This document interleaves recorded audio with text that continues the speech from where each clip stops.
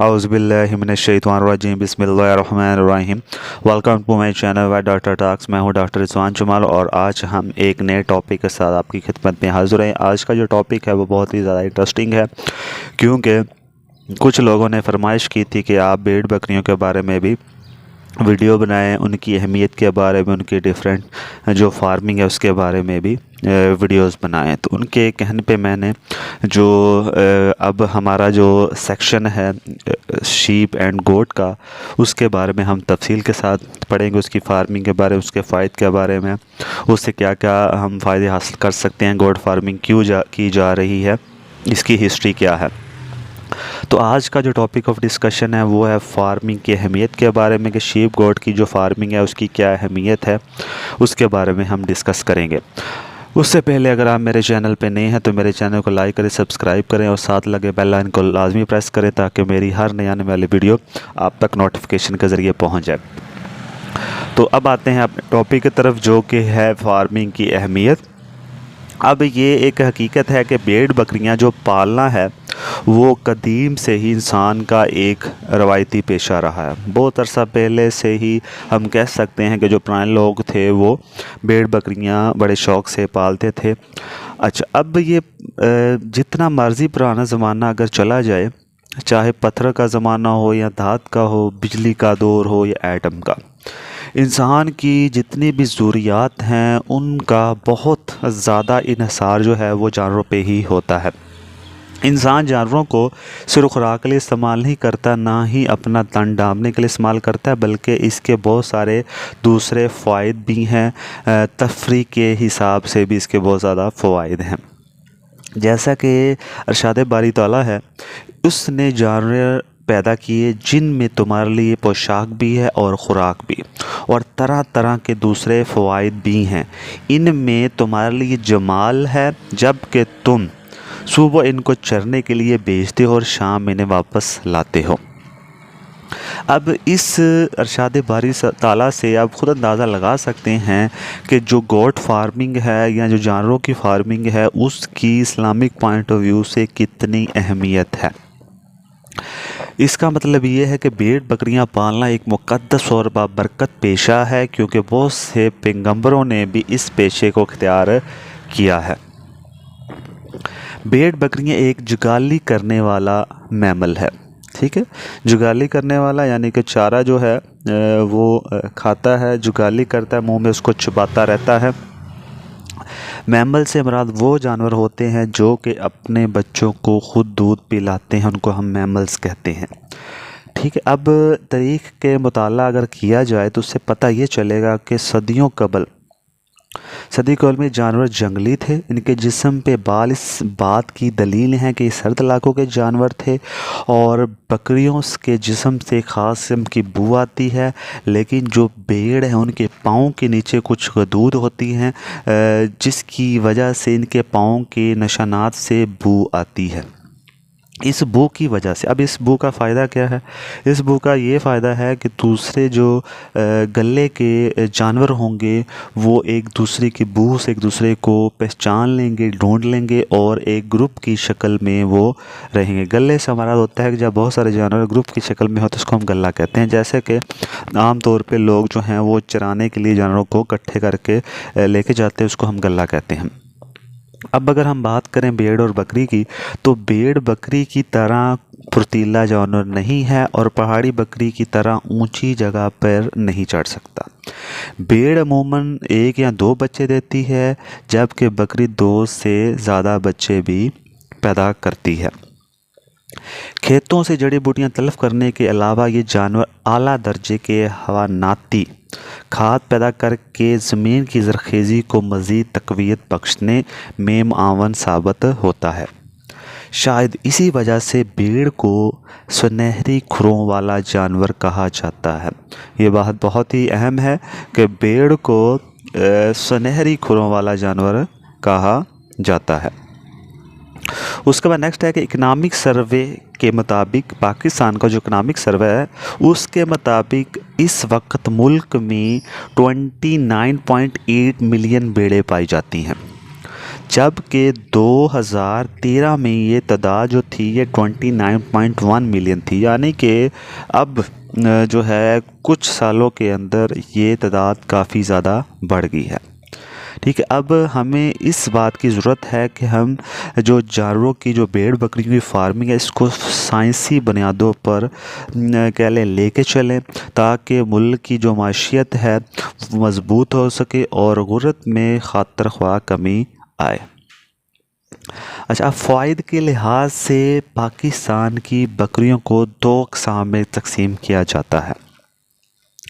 एक किस्म तो महज गोश्त के लिए पाली जाती है, जिससे ज़मनी पैदावार के तौर पे कुछ बाल भी हासिल होते हैं। ज़मनी से मुराद ये है कि गोश्त के लिए तो पाली जाती है, लेकिन उनकी बॉडी पे बाल आते हैं, उन बालों को भी हम सेल कर सकते हैं। दूसरी किस्म दूध देने वाली बकरियों की है, जिसमें बीतल है, देरादीन पनाह है, नाची वगैरह ये भेड़ की कह लें कि बकरियों की ब्रीड्स हैं। ये इसलिए इस्तेमाल होती हैं दूध के लिए। दूध और गोश्त के अलावा कुछ मुल्कों में पिशम के लिए अंगोरा नस्ल की बकरियां भी मशहूर हैं, जो तुर्की, अमेरिका और जनूबी अफ्रीका के ममालिक में बड़े पैमाने पर पाली जा रही हैं। चूँकि दूध देने वाली बकरियां दूध और गोश्त दोनों मकसद के लिए पाली जाती, इसलिए इक़्तिसादी लिहाज से ये ज़्यादा सूदमंद माना जाता है। बकरी को गरीब की गाय भी कहते हैं। जो लोग गायें भैंस पालने की ताकत नहीं रखते, दूध की घरेलू ज़रूरियात पूरा करने के लिए वो बकरियां पालते हैं, क्योंकि बकरी को पालने में इतना ख़र्चा नहीं आता है। चूँकि बकरी के दूध में पाई जाने वाली चिकनाई के ज़रात की जिसामत गाय और भैंस के दूध के ज़रात की जिसामत से छोटी होती है। मतलब यह है इसमें चिकनाई बहुत ही कम होती है। और अगर हम देखें तो जो इंसानों के जो बच्चे कह लें कि पैदा होते हैं या कोई बीमार है, तो उसके लिए हम जो हैं वो भेड़ बकरियों का दूध जो है वो पेश करते हैं, क्योंकि इसमें फ़ैट जो है बहुत ही कम होता है। इसलिए बकरियों का दूध बच्चों की नशोनुमा और मरीज़ की बहाली सेहत के लिए निस्बतन मुफीद रहता है। इसके अलावा बकरी का गोश्त भेड़ के गोश्त के मुकाबले में ज़्यादा लजीज होता है। जो एक पाकिस्तान का इकनॉमिक सर्वे है 2015 से 2016 के मुताबिक पाकिस्तान में 70.3 मिलियन बकरियां मौजूद हैं। पहले भेड़ वगैरह की बात की थी। और 1955 से बकरियों की तादाद में मुतवातर इजाफा हो रहा है। ये तादाद 2013 में 66.6 मिलियन थी। पंजाब में दूसरे सूबों की निस्बत ज़्यादा बकरियां पाली जाती हैं, लेकिन फिर भी सूबे में आबाद वाम की गोश्त की ज़रूरत पूरी नहीं हो रही। मतलब आबादी ज़्यादा है, इतनी ज़्यादा पालने के बावजूद भी उनकी ज़रूरत पूरी नहीं हो रही। इसलिए हमें चाहिए कि हम जो बकरियों की फार्मिंग है वो ज़्यादा बड़े पैमाने में करें। और एक अंदाज़े के मुताबिक पाकिस्तान में 3.87 मिलियन टन गोश्त पैदा होता है। अब ये पूरे पाकिस्तान की बात हो रही है कि पाकिस्तान में सालाना जो गोश्त की पैदावार है वो 3.87 मिलियन टन होती है। गोश्त की कुल पैदावार में 52% हिस्सा जो है वो बीफ का है, ठीक है, 52%। और 70.68 जो है वो मटन का है, 30.632 ठीक फीसद जो है वो पोल्ट्री मीट शामिल है। यानी कि 52% जो है वो हमें मिलता है बीफ से, 17.68% जो है वो मटन से भेड़ बकरियों से मिलता है, और जो 30% है वो हमें पोल्ट्री से मिलता है। अगर सिर्फ बीफ और मटन की पैदावार की बात की जाए तो वो हम कह सकते हैं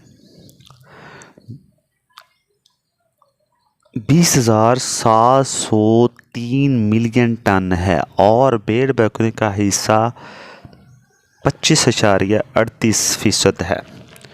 टैडी बकरियां भी गोश्त की कमी को पूरा करने के लिए अहम किरदार अदा करती हैं। अंदाज़ा लगाया जा रहा है कि अगर बकरी पैदावारी लिहाज से बेहतरीन खसूसियत की हामिल हो, देखभाल और ख़ुराक की फराहमी के निज़ामात मौसर हों। मतलब ये हम कह सकते हैं कि भेड़ बकरियों को पालने के लिए जो भी ज़रूरियात है अगर उनको पूरा किया जा सके, बीमारियों से उनको बचाया जा सके, तो ये बकरी साल में औसतन 30 किलोग्राम गोश्त अपने जवान बच्चों की सूरत में फराहम करती है। मतलब एक भेड़ बकरी की बात हो रही है। अगर आप उसको हर लिहाज से पूरा उतरें तो साल के अंदर एक भेड़ या बकरी से 30 किलो गोश्त आप हासिल कर सकते हैं। अच्छा, उसके बाद नेक्स्ट है कि ज़राअत में लाइव स्टॉक का 58.6% हिस्सा है। हमारे मुल्क में भेड़ बकरियों की गोश्त, दूध, ऊन और बाल के सूल के लिए पाला जाता है। इसको पालना निस्बत आसान होता है। जैसा कि मैंने पहले बता दिया, भेड़ बकरियों को गाय भैंस की निस्बत पालना बहुत आसान होता है। इस वक्त हमारे मुल्क में बकरियों की तादाद जो है वो 72.2 मिलियन है, जबकि 30.1 मिलियन भेड़ें पाई जाती हैं। गुज़श्ता साल बकरियों से 867 मिलियन टन जबकि भेड़ों से 39 मिलियन टन दूध हासिल किया गया है। भेड़ बकरियों से कुल 686 मिलियन टन गोश्त हासिल किया गया है, जबकि 45,000 टन ऊन और 26,000 टन बालों की पैदावार हुई है। तो ये आज का जो टॉपिक था ये बहुत ही ज़्यादा इंटरेस्टिंग था।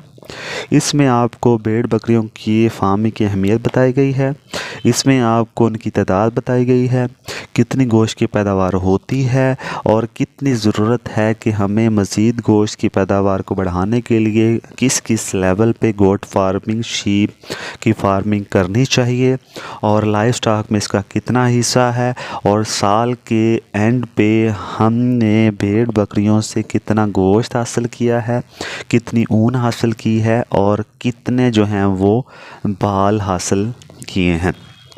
तो मैं उम्मीद करता हूँ कि आज का टॉपिक आप सबको समझ आ गया होगा और इसको आपने खूब इंजॉय किया होगा। ये एक बहुत ही अच्छी इन्फॉर्मेशन थी जो मेरा मकसद था आप तक पहुँचाना। तो इंशाल्लाह नेक्स्ट वीडियो में फिर एक नए टॉपिक के साथ और इंटरेस्टिंग टॉपिक के साथ आपकी खिदमत में हाज़िर होंगे। तो नेक्स्ट वीडियो तक के लिए मुझे इजाज़त दीजिए। अल्लाह हाफिज़।